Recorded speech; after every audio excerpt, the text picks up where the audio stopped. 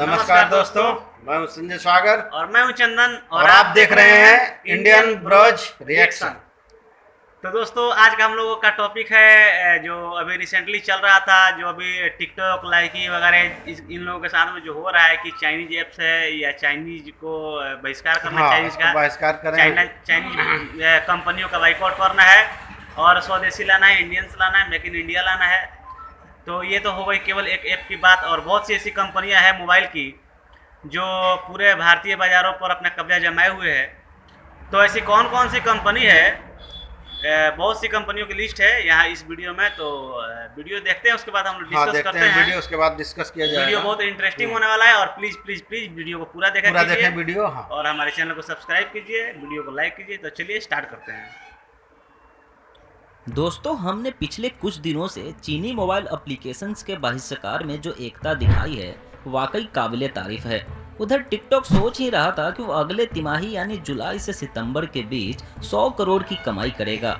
इधर हम लोगों ने इसकी कमर ही तोड़ दी। लेकिन ये तो बस एक ऐप की कमाई की बात है और प्ले स्टोर में न जाने कितने चाइनीज ऐप्स और गेम भरे पड़े हैं जो इस लॉकडाउन के घड़ी में भी चीन को मुनाफा दे रहे हैं। सोनम वांगचुक का मुहिम, जिसमें उन्होंने कहा था एक हफ्ते में चीनी सॉफ्टवेयर को और एक साल में चीनी हार्डवेयर को लतार लगानी है।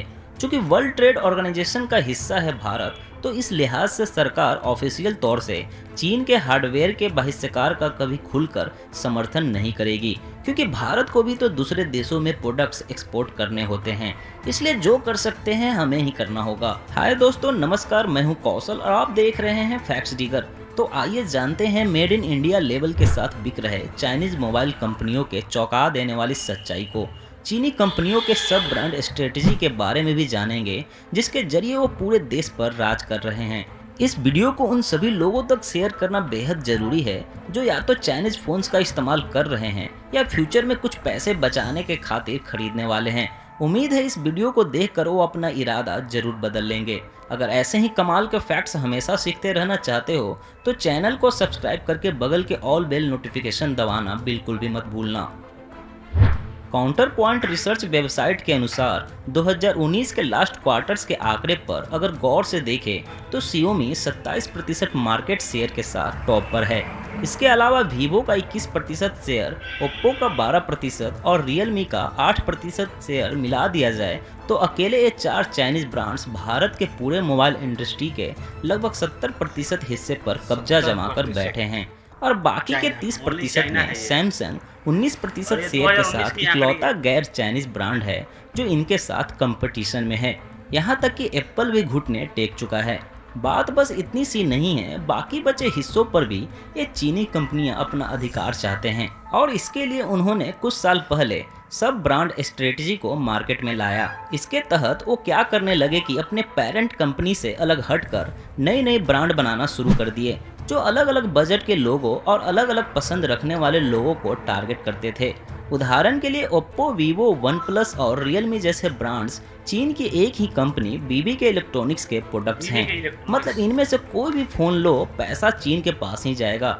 और इनकी चालाकी तो देखिए, मतलब लोगों को इसकी भनक ना लगे कि ये सभी एक ही खेत के गाजर मूली हैं। इसके लिए इन लोगों ने इनके अलग अलग CEO, ब्रांड एम्बेसडर और यहाँ तक कि अलग अलग सर्विस सेंटर तक बना रखी है।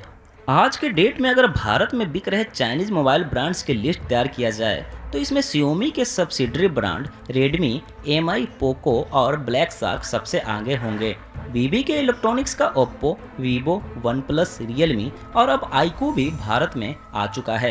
ये सभी चाइनीज ब्रांड्स ही हैं। हुआई और इसके सब ब्रांड ऑनर, Lenovo और इसका सब ब्रांड मोटोरोला के अलावा Liiko, Coolpad, Gionee, Meizu, Haier, ZTE, G5, TCL mobile, 10.OR जैसी एक लंबी लिस्ट है जो पूरी तरह से चाइनीज ब्रांड्स हैं जो भारतीय बाजार को पूरी तरीके से अपने कब्जे में कर रखा है। लेकिन इन फोन्स पर दिखने वाला मेड इन इंडिया लेबल कहीं ना कहीं देश के कुछ तबकों के दिमाग में यह गलत धारणा जरूर पैदा कर दी है कि मेड इन इंडिया का मतलब स्वदेशी प्रोडक्ट्स होता है। वास्तव में विदेशी मोबाइल निर्माता 2014 में शुरू हुई मेक इन इंडिया इनिशिएटिव को एक्सप्लॉइट करते रहे हैं, चूँकि एक पूरी तरह से असेंबल्ड फ़ोन को शिप करने के बजाय उसके पार्ट्स को शिप करने में उन्हें सरकार को कम इंपोर्ट ड्यूटी देनी होती है। यही वजह है कि आज हर बड़ी से छोटी कंपनियां अपनी असेंबलिंग फैक्ट्रियां भारत में खोलकर बड़ी मुनाफा कमाने में जुटी है और साथ ही भारतीयों के गलतफहमी की वजह से करोड़ों रुपए बटोर रही है। हालांकि मेक इन इंडिया इनिशिएटिव से हमारा भी फायदा हुआ है, लोगों को रोजगार मिले हैं और फोन थोड़े सस्ते हुए हैं, लेकिन इनसे होने वाली कमाई का बड़ा हिस्सा तो फिर भी चीन और देश के बाहर ही जा रहे हैं और यह स्कीम कभी भी भारतीय स्वदेशी कंपनियों को ऊपर उठने नहीं देगी और हम हमेशा एक कंज्यूमर देश ही बने रहेंगे। इसके बारे में हम आने वाले वीडियो में डिटेल्स में बात करेंगे। फिलहाल आप चीनी मोबाइल कंपनियों की लिस्ट देखने के बाद सोच रहे होंगे जब सब चीन का ही है तो फिर बचा ही क्या।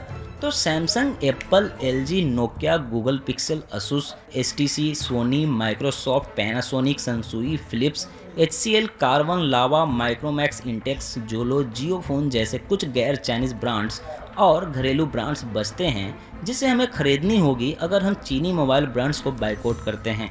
इनमें से कई कंपनी तो चीन के सस्ते मोबाइल के साथ कंपटीशन नहीं कर पाने की वजह से या तो मर चुके हैं या मरने के कगार पर हैं और तो और इनमें से कुछ छोटे ब्रांड्स कहीं ना कहीं अपने कुछ पार्ट्स या हर एक पार्ट्स के लिए चीन पर डिपेंड रहते हैं।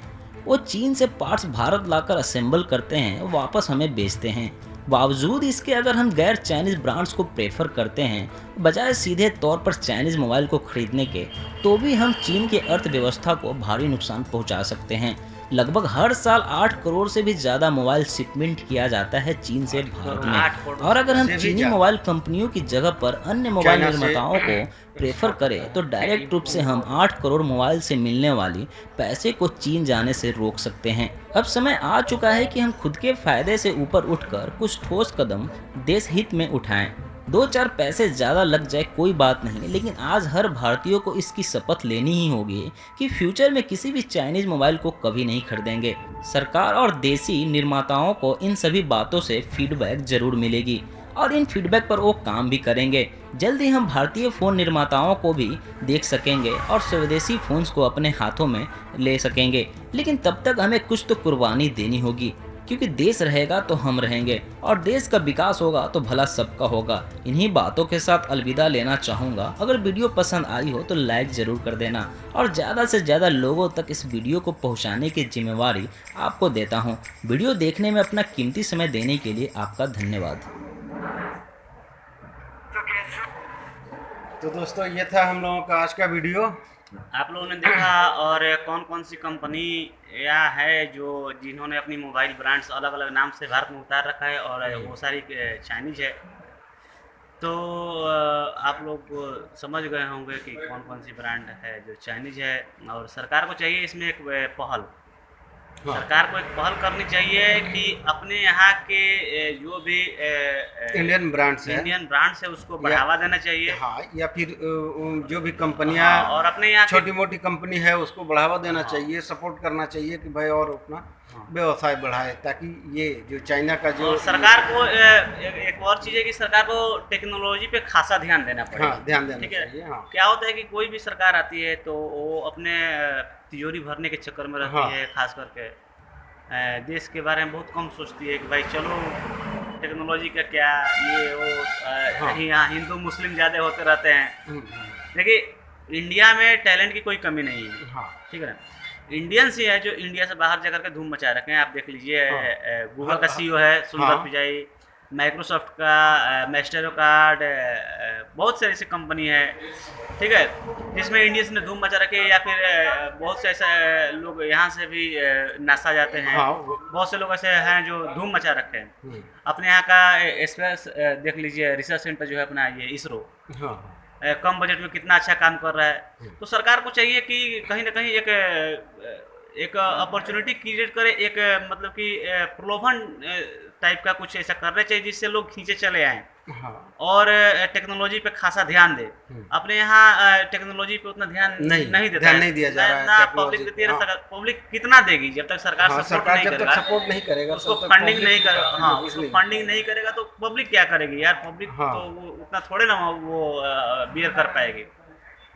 तो सरकार को इस पे ध्यान देना होगा, और लोगों को जो अभी इंजीनियरिंग जो बच्चे करते हैं, हाँ। देखिए एक ये टिकटॉक है, ठीक है, जो 2020 में 100 करोड़ का आंकड़ा जो इसमें आंकड़ा, निकला था। हाँ, आंकड़ा निकाला तो है ये इसमें। टिकटॉक क्या है? टिकटॉक महज एक ऐप है, एक एप्लीकेशन है जो एंटरटेनिंग के लिए बनाया गया, और इतने पैसे कमा रही है। इससे इतना पैसा हाँ, कमा रहा है, ये सोचिए कि ये देखिए, सब ब्रांड से ऐप इसका कितना इनकम हो रहा है। ऐप बनाना बहुत इजी है, बट उसको मेंटेन करते रहना, उसमें एक्सचेंजिंग करते रहने के लिए बड़ी, मतलब कि उसमें चेंजिंग करने के लिए बड़ी एक टीम बड़े होती लेवल है। पे काम होता है हाँ, वहाँ और पे। एक टीम होती है और जो उसका काम करती है। तो सरकार को चाहिए कि इस सब चीज़ों में जो अगर कोई आईटी सेक्टर है या कोई इंजीनियर है, कोई बंदा है जो कुछ कर रहा है टेक्नोलॉजी में और थोड़ा बहुत अच्छा है और उसमें फ्यूचर दिख रहा है, तो सरकार को उसका हाथ थामना सपोर्ट चाहिए। करना चाहिए उसको। हाँ, उसका हाथ थामना चाहिए, उसको आगे बढ़ाना चाहिए कि चलो भाई इंडियंस है और चल गया, या चल गया, क्या सपोर्ट करेगा तो चलेगा ही।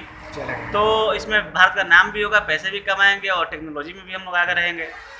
तो अब क्या कहा जाए, हम लोग तो केवल कह सकते हैं, करना तो सरकार को ही है। तो देखिए क्या होता है क्या नहीं होता है, बोलिए। हम तो यही कहेंगे चंदन जी कि जहाँ तक हो चाइना के सामान का बहिष्कार करे लोग। हाँ, बाइकआउट क्योंकि कीजिए चाइनीज। बहिष्कार कर भी रहे हैं, बहुत से हमारे इंडियंस हैं हम्म। जो चाइना का सामान नहीं ले रहे हैं। हाँ, चाइना देखिए और एक यहाँ बार इंडिया से देखिए ना, हर साल कितना पैसा जा रहा है चाइना में। हाँ, और एक्चुअली क्या है कि ना कि इंसान इतना डिपेंडेंट है चाइनीज हाँ, चीजों पर, हाँ। इसको धीरे धीरे काटना पड़ेगा। हाँ। आप एक बैग उसको नहीं नहीं काट हो सकते हैं। पाएगा। कभी इसका बाइकआउट किए, कभी उसका हाँ, बाइकआउट, हाँ। ऐसे करते थोड़ा आगे बढ़ना होगा, ठीक है। और देखिए चंदन जी, ये चाइना है जो दूसरे देश का सामान यूज नहीं करता है। हाँ, वहाँ का हर तो भाई पब्लिक वो वहाँ अपने देश का बना सामान यूज करता है। वहाँ यूनिटी है, वहाँ हाँ। के कारपोरेट सिस्टम और वहाँ की जो गवर्नमेंट है, दोनों का हाथ मिला हुआ है। हम्म, वहाँ की गवर्नमेंट काफ़ी सपोर्ट करती है वहाँ पे। हाँ। वहाँ पे बिजली और इलेक्ट्रॉनिक गुड्स वगैरह ये सारी चीज़ सरकार ने खासा सस्ता कर रखी है, उस पर टैक्स भी कम लगा रखा हुआ है। हाँ। अपने यहाँ ऐसा नहीं है, कुछ अगर अच्छा करो तो उसमें टैक्स ज्यादा, उसमें टैक्स ये ज़्यादा हो है, जाता है और या 20 बहुत प्रकार सी की उसमें उसमें दिक्कत अड़चनें आ आ जाती है। हाँ। तो सरकार को इन सब चीज़ों को सॉल्व करना चाहिए सॉल्व और करना ऐसा करना चाहिए। चाहिए जिससे देश आगे बढ़ सके। ठीक है, तो यही था हम लोग का वीडियो, हम लोग अपना रिएक्शन दे चुके हैं। अब आप लोग अपना रिएक्शन दीजिए और हमारे वीडियो को लाइक सब्सक्राइब करें, सब्सक्राइब कीजिए। और इस चैनल को भी लाइक सब्सक्राइब हाँ, कर दें। भाई का वीडियो का लिंक मिल जाएगा डिस्क्रिप्शन में। तो मिलते हैं अगले वीडियो में, तब तक के लिए नमस्कार।